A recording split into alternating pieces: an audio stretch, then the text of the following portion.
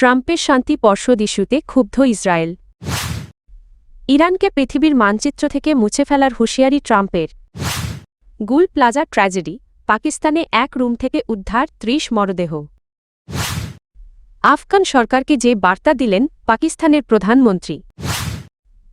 জাপানের সাবেক প্রধানমন্ত্রী আবে হত্যাকাণ্ডে বন্দুকধারীর যাবজ্জীবন। যুক্তরাষ্ট্রের প্রেসিডেন্ট ডোনাল্ড ট্রাম্প তার উদ্যোগে গঠিত নতুন কূটনৈতিক প্ল্যাটফর্ম শান্তি পর্ষদ বা বোর্ড অব পিস আনুষ্ঠানিকভাবে উন্মোচনের প্রস্তুতি নিচ্ছেন। বৃহস্পতিবার সুইজারল্যান্ডের দাভোসে অনুষ্ঠিতব্য ওয়ার্ল্ড ইকোনমিক ফোরাম এএই পর্ষদের ঘোষণা দেওয়ার কথা রয়েছে। তবে ট্রাম্পের এ উদ্যোগকে ঘিরে ইসরায়েলের মধ্যে স্পষ্ট অস্বস্তি তৈরি হয়েছে। দেশটি আশঙ্কা করছেই পর্ষদের মাধ্যমে গাজা সংকট আন্তর্জাতিক রূপ নিতে পারে।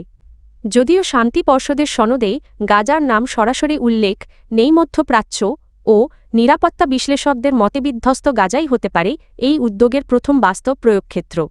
মেরিল্যান্ড বিশ্ববিদ্যালয়ের গবেষক মারোয়া মাজিয়াদার বলেন, গাজায় প্রয়োগের পর ভেনেজুয়েলা ও ইউক্রেনেও একই কাঠামো বাস্তবায়নের পরিকল্পনা রয়েছে। শান্তি পর্ষদে ট্রাম্পের ঘনিষ্ঠ কয়েকজন ব্যক্তির অন্তর্ভুক্তি রয়েছে। তাদের মধ্যে আছেন মার্কিন পররাষ্ট্রমন্ত্রী মার্কো রুবিও, বিশেষ দূত স্টিভ উইটকফ, ভ্যানকুভের মার্ক রোয়ান এবং ট্রাম্পের জামাতা জ্যারেড কুশনার। আন্তর্জাতিক অঙ্গনে প্রথম বিশ্বনেতা হিসেবে মরক্কোর রাজা ষষ্ঠ মোহাম্মদের অংশগ্রহণও নিশ্চিত হয়েছে। তবে তুরস্ক ও কাতারের প্রতিনিধিত্ব ইসরায়েলের উদ্বেগ আরও বাড়িয়েছে। কাতারের কূটনীতিক আলী আল থাওয়াদি এবং তুরস্কের পররাষ্ট্রমন্ত্রী হাকান ফিদানের অন্তর্ভুক্তিকে ইসরায়েল গাজায় সম্ভাব্য তুর্কি কাতারি সামরিক প্রভাবের ইঙ্গিত হিসেবে দেখছে। এই বিষয়ে ইসরায়েলের প্রধানমন্ত্রী বেনিয়ামিন নেতানিয়াহু স্পষ্ট করে বলেছেন, গাজায় তুর্কি বা কাতারি কোনো সেনা মোতায়েন করা হবে না। যুক্তরাষ্ট্রের প্রেসিডেন্ট ডোনাল্ড ট্রাম্প ইরানের প্রতি কড়া হুঁশিয়ারি উচ্চারণ করেছেন। তিনি বলেছেন, ইরান যদি তার বিরুদ্ধে কোনো ধরনের হত্যাচেষ্টায় জড়িত হয় তবে দেশটিকে পৃথিবীর মানচিত্র থেকে মুছে ফেলা হবে। মঙ্গলবার যুক্তরাষ্ট্রভিত্তিক সংবাদ মাধ্যম নিউজ নেশনকে দেওয়া এক সাক্ষাৎকারে এই মন্তব্য করেন ট্রাম্প। বুধবার তুরস্কের রাষ্ট্রীয় সংবাদ সংস্থা অ্যানাডোলু এজেন্সি এ তথ্য প্রকাশ করে। সাক্ষাৎকারে ট্রাম্প বলেন, ইরানের নেতৃত্বের পক্ষ থেকে তার বিরুদ্ধে হত্যার হুমকির অভিযোগ আগেও উঠেছে এবং এ বিষয়ে তিনি আগেই কঠোর নির্দেশনা দিয়ে রেখেছেন। তার ভাষায়, ওদের এটা করা উচিত নয়। তবে আমি পরিষ্কার করে বলে দিয়েছি, আমার যদি কিছু হয় তাহলে পুরো দেশটিকেই ধ্বংস করা হবে। তিনি আরও দাবি করেন, অতীতে এ ধরনের হুমকির বিষয়ে তৎকালীন মার্কিন প্রেসিডেন্ট জো বাইডেন যথাযথ প্রতিক্রিয়া দেখাননি। ট্রাম্প বলেন, এ ধরনের হুমকি যেই দিক থেকেই আসুক না কেন তার বিরুদ্ধে কঠোর ও তাৎক্ষণিক জবাব দেওয়া উচিত ছিল। এই বক্তব্যকে কেন্দ্র করে যুক্তরাষ্ট্র ইরান সম্পর্ক নিয়ে নতুন করে উত্তেজনা বাড়তে পারে বলে মনে করছেন আন্তর্জাতিক বিশ্লেষকরা। পাকিস্তানের করাচিতে একটি বহুতল শপিং মলে ভয়াবহ অগ্নিকাণ্ডে নিহতের সংখ্যা বেড়ে ৬০ জনে দাঁড়িয়েছে। শহরের এম এ জিন্নাহ সড়কে অবস্থিত গুল প্লাজায় বুধবার আরও ৩০টি মরদেহ উদ্ধার করা হয়েছে। করাচি পুলিশের ডিআইজি সৈয়দ আসাদ রেজা জানান, উদ্ধার হওয়া ব্যক্তিরা আগুন থেকে বাঁচতে একটি কাঁচের দোকানের ভেতরে নিজেদের তালাবদ্ধ করেছিলেন, তবে কেউই প্রাণে বাঁচেননি। দোকানটির মালিক সুলেমান বলেন, তার দোকান থেকেই ১৪টি মরদেহ উদ্ধার করা হয়েছে। নিহতদের মধ্যে তার চাচাতো ভাই, কর্মচারী ও কয়েকজন গ্রাহক ছিলেন। তারা সবাই দোকানের ভেতর আটকা পড়ে মারা যান। করাচির পুলিশ সার্জন ডা. সুমাইয়া সৈয়দ জানান, দুটি দোকান থেকে উদ্ধার হওয়া ২১টি দেহের অবশিষ্টাংশ সিভিল হাসপাতালে আনা হয়েছে। এগুলো কতজনের দেহাবশেষ তা এখনও নিশ্চিত করা যায়নি। করাচি কমিশনার সৈয়দ হাসান নকভি বলেন, গুল প্লাজার অগ্নিকাণ্ডের তদন্ত জটিল হয়ে উঠেছে এবং কোনো একক প্রতিষ্ঠানকে দায়ী করা সম্ভব নয়। সরকারি তথ্য অনুযায়ী এখনও অন্তত ৮৬ জন নিখোঁজ রয়েছেন।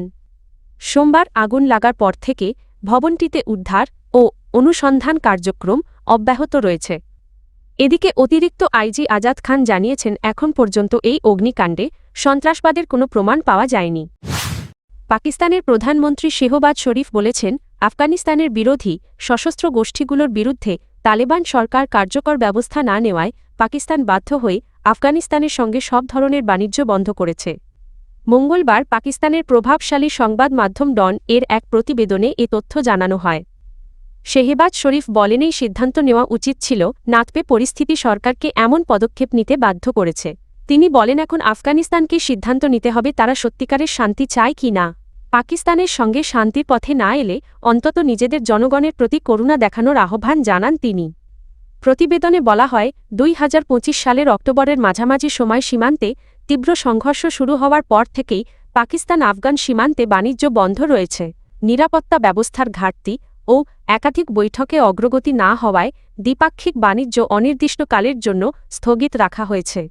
শেহবাজ শরীফ বলেন, আফগানিস্তান থেকে সন্ত্রাসীদের অনুপ্রবেশ ও হামলার বাস্তব প্রমাণের ভিত্তিতেই এই নিরাপত্তা সংক্রান্ত সিদ্ধান্ত নেওয়া হয়েছে। তিনি জোর দিয়ে বলেন, পাকিস্তান প্রতিবেশী দেশগুলোর সঙ্গে শান্তিপূর্ণ সম্পর্ক চায়, তবে দেশের সার্বভৌমত্ব ও নাগরিকদের নিরাপত্তাই সর্বোচ্চ অগ্রাধিকার। তিনি আরও বলেন, 2020 সালের দোহা চুক্তি অনুযায়ী আফগানিস্তানের সন্ত্রাসবাদ নিয়ন্ত্রণের দায়িত্ব থাকলেও এ বিষয়ে কার্যকর প্রতিশ্রুতি দেখাতে পারেনি আফগান কর্তৃপক্ষ। জাপানের সাবেক প্রধানমন্ত্রী শিনজো আবে হত্যাকাণ্ডের 3 বছর পর রায় দিয়েছেন আদালত।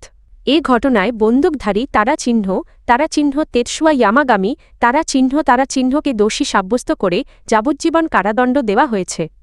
বুধবার জাপানের নারা শহরের একটি আদালতে রায় ঘোষণা করেন বিচারক শিনিচি তানাকা। রায়ে বলা হয়, 45 বছর বয়সী ইয়ামাগামি সাবেক প্রধানমন্ত্রী আবেকে হত্যার বিষয়ে দৃঢ়প্রতিজ্ঞ ছিলেন এবং নির্বাচনী প্রচারের সময় পেছন দিক থেকে গুলি করেন।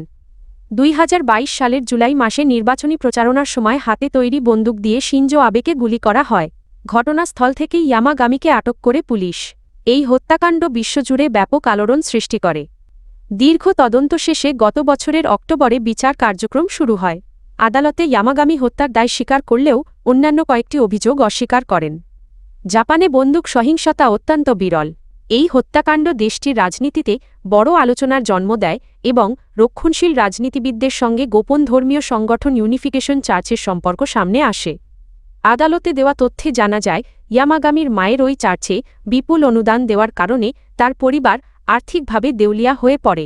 আইনজীবীদের মতে এই ঘটনাই হত্যার পেছনে মূল প্রেরণা ছিল এবং চার্চটির দিকে জনদৃষ্টি আকর্ষণ করাই ছিল ইয়ামাগামির উদ্দেশ্য।